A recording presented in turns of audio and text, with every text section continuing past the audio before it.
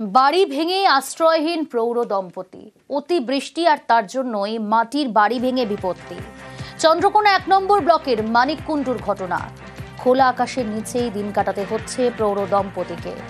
বাধ্য হয়ে আত্মীয়দের বাড়িতে আশ্রয় নিয়েছেন তারা। বাড়ি ভেঙে আশ্রয়হীন প্রৌঢ় দম্পতি, অতিবৃষ্টিতে মাটির বাড়ি ভেঙে বিপত্তি। চন্দ্রকোনা 1 নম্বর ব্লকের মানিককুণ্ডুর ঘটনা। খোলা আকাশের নিচে দিন কাটাতে হচ্ছিল প্রৌঢ় দম্পতিকে। বাধ্য হয়েই আত্মীয়দের বাড়িতে আশ্রয় নিয়েছেন এই মুহূর্তে তারা। আবেদন করেছেন রাজ্য সরকারের কাছে, কিন্তু রাজ্য সরকারের তরফ থেকে কি ব্যবস্থা নেওয়া হয়েছে আরো জানবো। সুকান্ত রয়েছে আমার সঙ্গে। সুকান্ত, দেখো প্রিয়াঙ্কা, এখনো পর্যন্ত আমরা ওই মানিককুণ্ডু গ্রাম পঞ্চায়েতের উপপ্রধানের সাথে যোগাযোগ করেছিলাম। তিনি বলেছেন যে ড্যামেজ হয়েছে, সেই রিপোর্ট কিন্তু পাঠিয়ে দেওয়া হয়েছে। ড্যামেজের টাকা আসলেই বাড়ি তৈরি করে দেওয়া হবে। কিন্তু আরো কতদিন, সেই নিয়ে কিন্তু প্রশ্ন করছেন ওই বৃদ্ধ দম্পতি। কারণ তাদের যে মাথা গুঁজার একমাত্র অবলম্বন মাটির বাড়ি, সেই বাড়ি কিন্তু অতিবৃষ্টির কারণে ভেঙে গিয়েছে। আর এই ঘটনাটি ঘটেছে চন্দ্রকোনা 1 নম্বর ব্লকের মানিককুণ্ডু গ্রাম পঞ্চায়েতের কাসন্ড গ্রামে, যার ফলে কিন্তু দিশেহারা এই পরিবার। তারা কিন্তু খোলা আকাশের নিচে দিন কাটাচ্ছেন। কখনো কখনো আত্মীয়র বাড়িতেও কিন্তু তারা থাকছেন। এইভাবেই জানাচ্ছেন। তারা বলছেন যে তাদের ছেলের দুরারোগ্য ব্যাধি হয়েছিল 2 বছর আগে। সেই সময় কিন্তু ঘাটালের সাংসদ দীপক অধিকারী সেই খবর দেখে তার চোখের দৃষ্টিশক্তি ফিরিয়ে এনেছিল, এবং সেই ছেলে কিন্তু এখন আমাদের নজর থাক কতদিন মাথার ওপর ছাদের ঠাঁই করে দেয় প্রশাসন। আমরা খুব কষ্টই রয়েছি, যেন আমার বাড়িটি যেন আমার দেয়। ঘরে রয়েছি, রাঁধতে খেতে লোকের দুয়ারে দুয়ারে ঘুরছি। আমার বিশাল অসুবিধা হচ্ছে, যেন বাড়িটি আমাকে দান করে। যেন আমরা যথাযথ রিপোর্ট পাঠিয়েছি। আজিয়ার রহমানের বাড়িটা ছিল, কিন্তু আবাস যোজনা বাড়ি পেয়েছিল, বাড়ি করেওছে। এবার আর্থিক সঙ্গতি না থাকায় হয়তো কমপ্লিট করতে পারেনি বড় করে বাড়ি করতে গিয়ে। আর এইটা যেটা হয়েছে সেটা আমরা যথাযথ রিপোর্ট করেছি, পাঠিয়েছি। এখনো তো ড্যামেজের সেভাবে কোনো অ্যালটমেন্ট আসেনি, এলে অবশ্যই ব্যবস্থা করে দেবে। আসি পরের খবরে। মালদার ভূতনিতে ভাঙন, গঙ্গা ভাসিয়ে দিয়েছে বিস্তীর্ণ এলাকা, প্রাণ গিয়েছে একাধিক। ভূতনির জল পৌঁছেছে কলকাতা হাইকোর্টেও।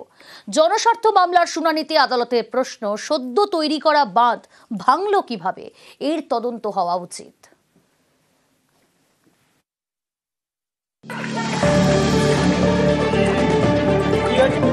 জলে জল, রাস্তায় চলছে ডিঙি। এটা মালদার মানিকচকের ভূতনি। ফুসছে গঙ্গা, ফুলহার। বাঁধ ভেঙে ভাসিয়ে দিয়েছে বিস্তীর্ণ এলাকা। উত্তর চণ্ডীপুর, দক্ষিণ চণ্ডীপুর, হীরানন্দপুরের বাসিন্দারা চরম বিপাকে। 13ই অগস্ট প্রথমবার ভূতনিতে নদী বাঁধ ভাঙে। তারপর গত সোমবার ফের ভাঙন, বিস্তীর্ণ এলাকা প্লাবিত, প্রাণ গিয়েছে একাধিক। মানে ঘাট থেকে নিচে পড়লো, তো জল হয়ে গেছে কি বন্যার ঘরের ভিতরে? তো ওই জলে কি ডুবে গেছিল? কি হয়েছিল? ওই জলে ডুবে গেছে। কত মাসের বাচ্চা ছিল? 1.5 বছর। ভূতনির গঙ্গা ভাঙন এবং ভূতনিকে প্লাবিত করার একমাত্র এই সরকার দায়ী। দুর্নীতিবাজ, তোলামূল, কাটমানিখোর সরকারের জন্য আজকে ভূতনিবাসীর দুর্দশা।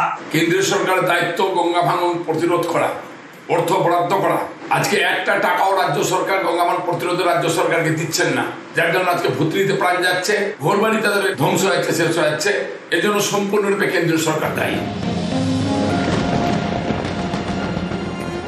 গঙ্গা এবং ফুলহার নদীতে সদ্য তৈরি করা বাঁধে ভাঙন, প্লাবিত বিস্তীর্ণ এলাকা। এ নিয়ে হাইকোর্টে জনস্বার্থ মামলা। বৃহস্পতিবার বিচারপতি সুজয় পাল এবং বিচারপতি স্মিতা দাসদের ডিভিশন বেঞ্চে শুনানি হয়।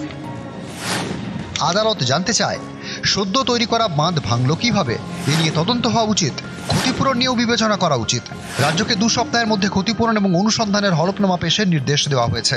রাজ্যের অ্যাডভোকেট জেনারেল কিশোর দত্ত জানান, 4329 জনকে নিরাপদ জায়গায় সরানো হয়েছে, পর্যাপ্ত চিকিৎসার ব্যবস্থা করা হয়েছে, আলোর ব্যবস্থাও করেছে প্রশাসন। নৌকা এবং স্পিড বোটে নজরদারি চলছে।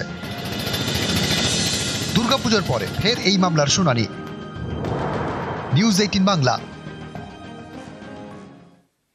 বকেয়া বেতন বোনাসের দাবিতে বিক্ষোভ। বীরপাড়ার হান্টাপাড়া চা বাগানের শ্রমিক অসন্তোষ। এখনো 5টি বেতন বকেয়ার অভিযোগ। সরকারের নির্দেশের পরও বোনাস না দেওয়ার অভিযোগ। প্রতিবাদে বাগানের গেটে মিটিং, বিক্ষোভ। শ্রমিকদের পাশে থাকার বার্তা তৃণমূল শ্রমিক সংগঠনের। 20% बोनस देना होगा, बकाया अब देना होगा, बीघा वाला का 11 साल का नवंबर महीना का पैसा देना होगा।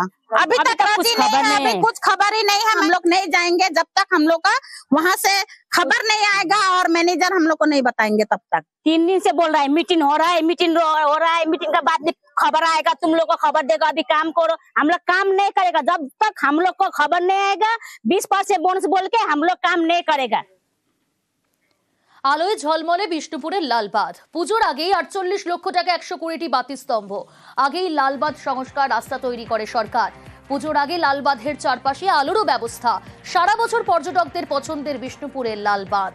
প্রশাসনের উদ্যোগে খুশি শহরবাসী থেকে পর্যটকরা।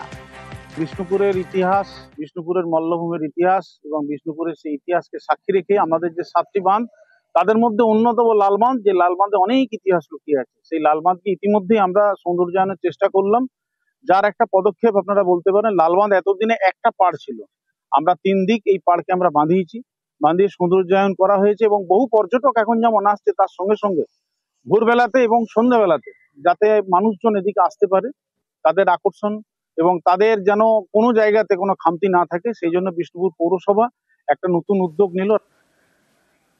অবশেষে ডেবরাবাসীর দাবি পূরণ। জাতীয় সড়কের পাশে সেন্ট্রাল বাস স্ট্যান্ড তৈরি। জায়গা হস্তান্তরের পর বাস স্ট্যান্ড তৈরির কাজ শুরু। দ্বারিকাপুর এলাকায় সেন্ট্রাল বাস স্ট্যান্ড তৈরি রাখছেন। টাকা বরাদ্দ হলেই শুরু হবে কাজ। সরকারের উদ্যোগেই খুশি ডেবরাবাসী।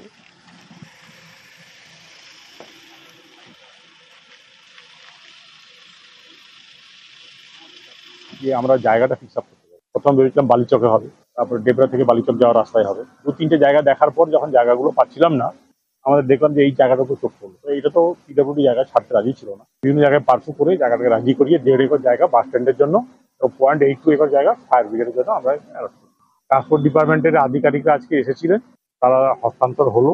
যে প্ল্যান, কাগজপত্র, করসপন্ডেন্স যেগুলো হয়েছে সেগুলো সমস্ত আরটিও সাহেব দিয়ে দিলেন ওদের। তো আমি আশা করছি যে আগামী 3 মাসের মধ্যে এই বাস স্ট্যান্ডের কাজ এবং ফায়ার ব্রিগেডের কাজ প্রায় কাছাকাছি হবে, একসঙ্গে শুরু হয়ে যাবে।